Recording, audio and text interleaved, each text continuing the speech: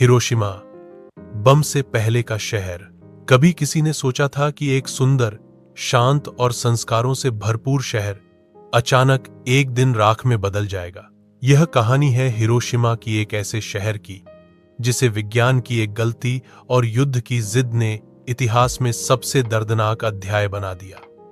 आइए जानते हैं हिरोशिमा के उस चेहरे को जो एटम बम से पहले था। बम से पहले का शहर 1940 के दशक में हिरोशिमा जापान का एक प्रमुख शहर था। यह शहर होन्शु द्वीप पर स्थित है, ओटा नदी के किनारे बसा हुआ। हिरोशिमा न सिर्फ एक औद्योगिक केंद्र था, बल्कि शिक्षा, व्यापार और सांस्कृतिक गतिविधियों का भी गढ़ था। यहां कई विश्वविद्यालय, पुस्तकालय और अस्पताल थे। लोग सुबह जल्दी उठते, मंदिरों में पूजा करते और फिर अपने काम पर निकल जाते। पारंपरिक जापानी संस्कृति इस शहर की आत्मा में बसती थी। हजारों परिवार यहां रहते थे। बच्चे स्कूल जाते, दुकानदार अपने बाजार सजाते और रात में पूरा शहर पीसफुल लगता। किसी ने नहीं सोचा था कि यह शांत जीवन एक दिन में सदा के लिए बदल जाएगा। द्वितीय विश्व युद्ध, एक खतरनाक मोड़। अब बात करें उस पृष्ठभूमि की जिसने हिरोशिमा को युद्ध की आग में झोंक दिया। 1929 में जब द्वितीय विश्व युद्ध शुरू हुआ, तब मुख्य लड़ाई यूरोप में थी। हिटलर का जर्मनी, इंग्लैंड और फ्रांस से युद्ध कर रहा था। लेकिन 1941 में जापान ने अमेरिका के पर्ल हार्बर पर हमला कर दिया। यह अमेरिका के लिए युद्ध में कूदने की बड़ी वजह बना। इसके बाद अमेरिका और जापान के बीच घोर युद्ध छिड़ गया। अमेरिका ने जापान पर लगातार बमबारी शुरू की, लेकिन जापानी सेना ने हार नहीं मानी। अमेरिका चाहता था कि जापान बिना शर्त आत्मसमर्पण करे, लेकिन जापान की सरकार युद्ध खत्म करने को तैयार नहीं थी। मैनहट्टन प्रोजेक्ट, मौत का विज्ञान। 1942 में अमेरिका ने एक गुप्त परियोजना शुरू की, मैनहट्टन प्रोजेक्ट।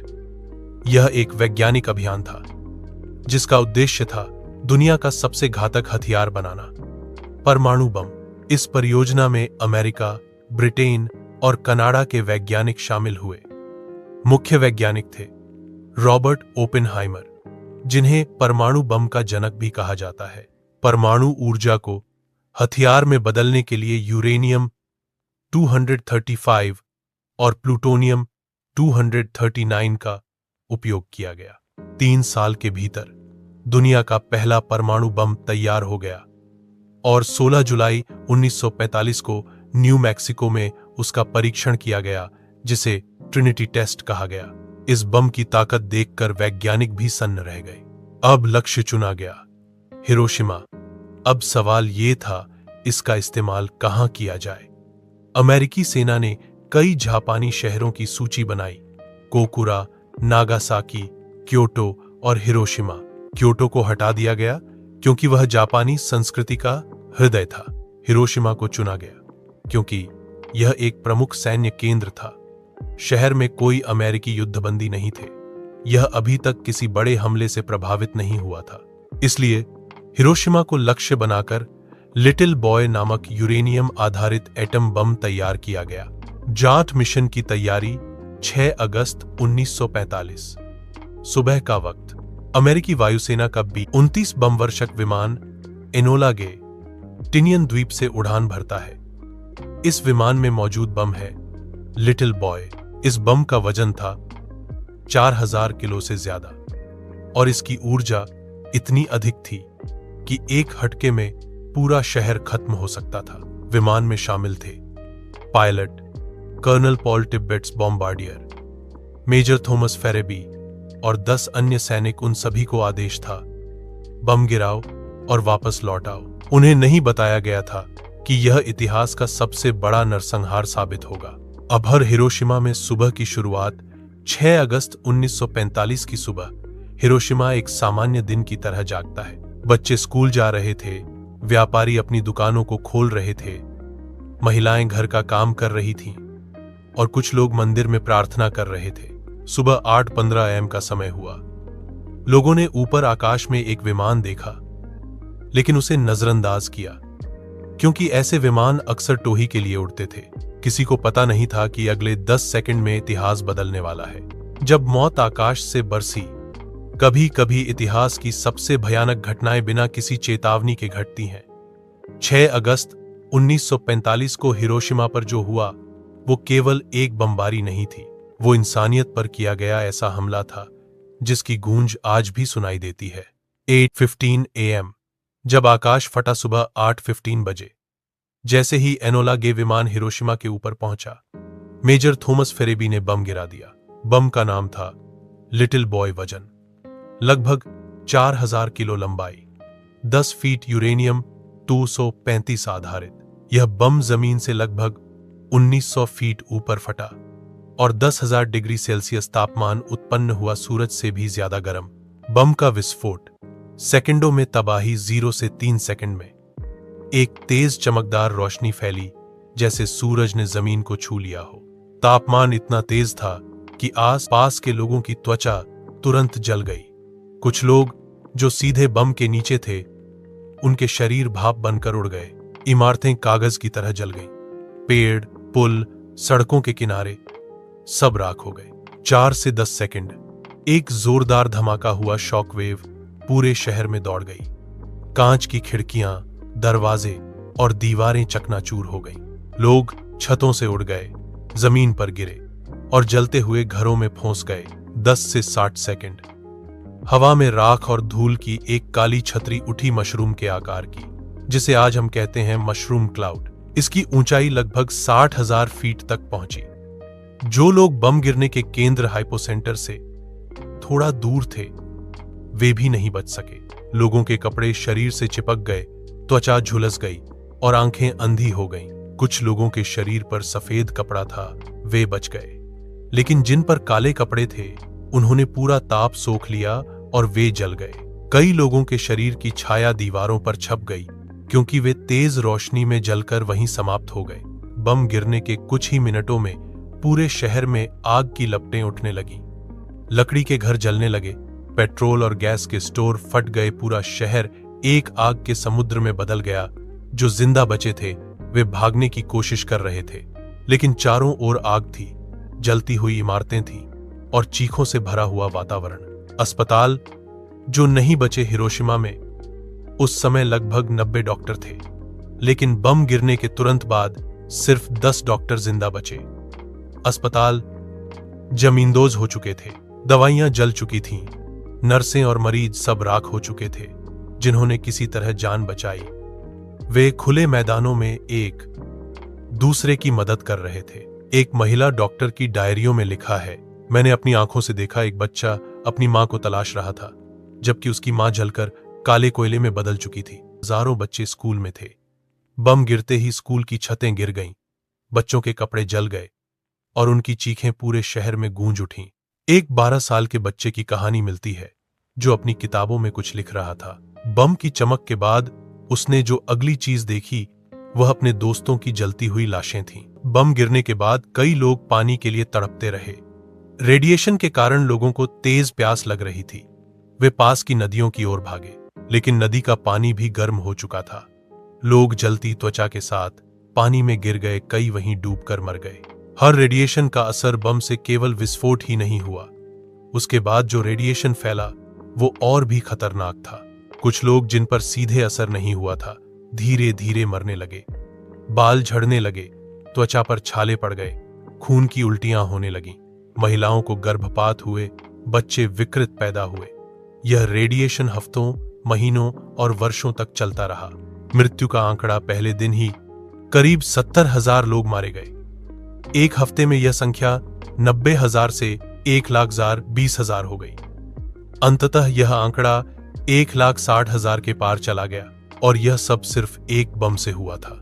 हिबाकुशा जापानी में उन लोगों को कहा जाता है जो परमाणु बम से बच गए। उनकी कहानियां आज भी दिल दहला देती हैं। किसी ने अपनी मां को जलते हुए देखा, किसी ने अपने हाथों से अपने बच्चे को दफनाया, किसी ने महीनों तक रेडिएशन से जूझते हुए तिल तिल कर मृत्यु को देखा। उनमें से कई लोग आज भी जिंदा हैं और दुनिया को परमाणु बम के खतरे से चेताते हैं। एक शहर जल चुका था, हजारों जिंदगियां बुझ चुकी थीं, लेकिन कहानी वहां खत्म नहीं हुई। असल त्रासदी तो उसके बाद शुरू हुई जब लोग अपनी राख के नीचे से उठे और देखा कि उनकी दुनिया अब वैसी नहीं रही। बम गिरने के बाद हिरोशिमा किसी फिल्म के विनाश के दृश्य जैसा प्रतीत हो रहा था। पूरा शहर राख में तब्दील हो चुका था। इमारतें सिर्फ हड्डियों जैसी ढांचों में बची थीं। जमीन गर्म थी, हवा में राख, धूल और गंध भरी हुई थी। दूर दूर तक कोई हरियाली, कोई चिड़िया, कोई जीवन नहीं दिखता था। जहद बचे हुए लोग मौत के साए में, जो लोग किसी तरह बच गए थे, वे अब रेडिएशन और भूख से जूझ रहे थे।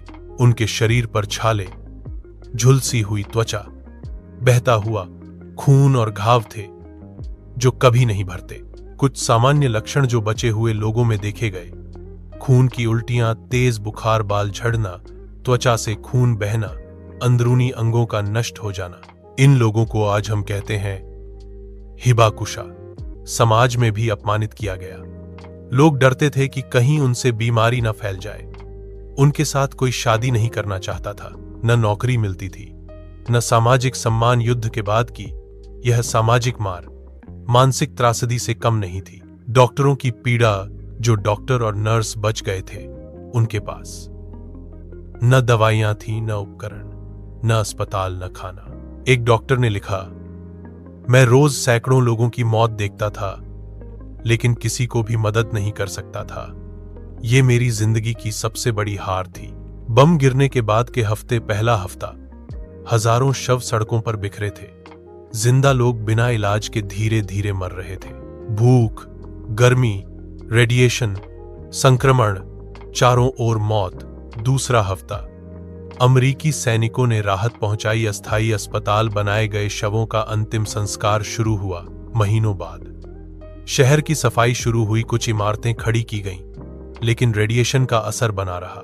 लोग वर्षों तक बीमार पड़ते रहे। कैंसर, खासकर ब्लड कैंसर, ल्यूकीमिया, महिलाओं में गर्भपात या विकृत बच्चे, जोड़ों का दर्द, थकावट, अनिद्रा। एक अनुमान के अनुसार 10 से 15 वर्षों तक रेडिएशन के प्रभाव से लोग मरते रहे। अगली पीढ़ी भी इस बम के असर से बच नहीं सकी। कई बच्चे मानसिक रूप से कमजोर पैदा हुए, कुछ के हाथ पैर विकसित नहीं हुए। कई बच्चों को स्कूलों में तिरस्कार झेलना पड़ा। एक युवती कहती है, मैंने जन्म ही ऐसे शरीर में लिया जो अधूरा था, लेकिन समाज ने मेरी आत्मा को भी अधूरा माना। दबलत जापान का आत्मसमर्पण। 9 अगस्त 1945 को अमेरिका ने नागासाकी पर दूसरा एटम बम गिराया। फिर 15 अगस्त 1945 को जापान ने बिना शर्त आत्मसमर्पण कर दिया और द्वितीय विश्व युद्ध का अंत हुआ। लेकिन हिरोशिमा की त्रासदी युद्ध के अंत की कीमत बन गई। हिरोशिमा शांति स्मारक, पीस मेमोरियल। बम के गिरने के बाद हिरोशिमा के लोगों ने तय किया कि वे बर्बादी को भूलेंगे नहीं, बल्कि उसे शांति का प्रतीक बनाएंगे। इसलिए वहां हिरोशिमा पीस मेमोरियल पार्क और संग्रहालय बनाए गए। यहां आज भी वो इमारत मौजूद है जिसका ढांचा बम के बाद बचा था, गैनबाकू डोम। लोगों की राख, तस्वीरें, डायरियां, जल चुके कपड़े, सब संग्रहालय में संरक्षित हैं। हिबाकुशा की आवाज। फिर कभी नहीं। जिन लोगों ने बम से बचकर जीवन जिया, उन्होंने दुनिया भर में जाकर एक ही संदेश दिया, फिर कभी नहीं। नो मोर हिरोशिमा। वे स्कूलों, सभाओं और यूनाइटेड नेशंस तक पहुंचे और कहा, परमाणु हथियारों पर रोक लगनी चाहिए, शांति को प्राथमिकता दी जाए। विज्ञान का उपयोग विनाश नहीं, विकास के लिए हो। दुनिया की प्रतिक्रिया। हिरोशिमा की घटना ने पूरी दुनिया को हिला दिया। कई देशों ने परमाणु हथियारों के खिलाफ आवाज उठाई। वैज्ञानिकों ने पश्चाताप किया। अमेरिका में बहस शुरू हुई, क्या यह बम गिराना सही था?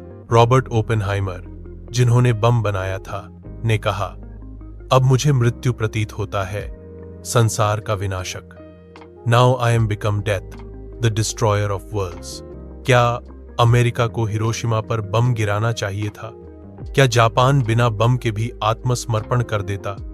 कई बार इंसान तब सीखता है जब बहुत कुछ खो देता है। हिरोशिमा की राख से निकली चीखें सिर्फ उस दौर की नहीं थीं, वो भविष्य के लिए चेतावनी थीं। लेकिन क्या हमने उन्हें सुना? हिरोशिमा आज का चेहरा। आज का हिरोशिमा एक आधुनिक, विकसित और जीवंत शहर है। चौड़ी सड़कों पर गाड़ियां दौड़ती हैं, हाई टेक बिल्डिंग्स खड़ी हैं, university, railway station, shopping mall और बाग बगीचे हैं। लेकिन इस चमक के नीचे एक इतिहास है, ऐसा इतिहास जो हर कदम पर दिखाई देता है। हर साल लाखों लोग हिरोशिमा पीस मेमोरियल पार्क आते हैं, नमन करने, सीखने और शांति का संकल्प लेने। एंड हिरोशिमा शांति संग्रहालय, हिरोशिमा पीस मेमोरियल म्यूजियम, यह केवल एक इमारत नहीं बल्कि एक भावना है। यहां जो संग्रहित है, जल चुके कपड़े, घड़ियां जो ठीक 8:15 पर बंद हो गई थीं, बच्चों की टूटी चप्पलें, लोगों की डायरियां, पत्र और तस्वीरें, हर एक वस्तु एक कहानी कहती है, एक इंसान की, एक परिवार की, एक शहर की। अब शांति की आवाज हर साल 6 अगस्त को हिरोशिमा में पीस सेरेमनी होती है। जापान के प्रधानमंत्री, बचे हुए हिबाकुशा, स्कूल के बच्चे और दुनिया भर से आए लोग एकत्र होते हैं। मौन रखा जाता है, शांति के गीत गाए जाते हैं और एक संदेश पढ़ा जाता है, नो मोर हिरोशिमास। छोटे बच्चे रंगीन कागज की हजारों सारस ओरिगामी क्रेन्स बनाते हैं जो शांति, जीवन और उम्मीद का प्रतीक है। सासाकी एक 12 वर्षीय बच्ची जो हिरोशिमा बम के बाद जन्मी और ल्यूकीमिया से पीड़ित हुई। उसने सुना था कि अगर वह 1000 कागज की सारस बनाएगी तो उसकी इच्छा पूरी होगी। वह दिन रात सारस बनाती रही, लेकिन वह 644 सारस पर ही दुनिया को अलविदा कह गई। उसकी सहेलियों ने शेष सारस बनाए और दुनिया को यह संदेश दिया, शांति सिर्फ शब्द नहीं, एक सपना है जिसे पूरा करना है। आज सदाको की मूर्ति हिरोशिमा पार्क में है, जहां बच्चे अपनी बनाई हुई सारस चढ़ाते हैं। आज की सच्चाई, 9 देशों के पास न्यूक्लियर हथियार हैं। दुनिया में लगभग 13,000 से अधिक परमाणु बम हैं। कुछ बम हिरोशिमा से 50 गुना ज्यादा शक्तिशाली हैं। कोई एक युद्ध पूरी मानवता को मिटा सकता है। अंतर्राष्ट्रीय समझौते, कुछ प्रयास जरूर हुए। Nuclear non proliferation treaty NPT, 1970 comprehensive test ban treaty CTBT। कुछ देशों ने अपने बम नष्ट किए, जैसे दक्षिण अफ्रीका, लेकिन कई शक्तियां आज भी बमों को सुरक्षा का माध्यम मानती हैं। सबसे बड़ा सवाल, क्या हिरोशिमा की त्रासदी से हम कुछ सीख पाए? क्या विज्ञान केवल युद्ध के लिए है? क्या किसी देश की शक्ति दूसरों की मौत से मापी जानी चाहिए? क्या शांति अब सिर्फ भाषणों और कागजों की बात बन गई है? युवाओं की भूमिका, अब जिम्मेदारी हमारी है, आज की और आने वाली पीढ़ियों की। हमें शांति की शिक्षा देनी है, युद्ध नहीं। संवाद को प्राथमिकता देनी है, परमाणु हथियारों के खिलाफ आवाज उठानी है और विज्ञान को सेवा का माध्यम बनाना है, न कि सर्वनाश का। एक वचन, फिर कभी नहीं। हिरोशिमा की राख में से निकली एक प्रार्थना है, फिर कभी नहीं। नो मोर हिरोशिमा। यह केवल जापान की नहीं, पूरी मानवता की आवाज है, क्योंकि अगर हमने इस चेतावनी को नहीं सुना तो अगली बार शायद कोई इतिहास लिखने वाला ही न बचे। हिरोशिमा एक नाम है, एक घाव है, एक चेतावनी है। वो सिर्फ एक शहर नहीं था, वो इंसानियत का आईना था। जिस दिन हम उस आईने में अपनी गलती देखना सीख लेंगे, शायद उसी दिन हम असली अर्थों में मनुष्य कहलाने योग्य बन पाएंगे।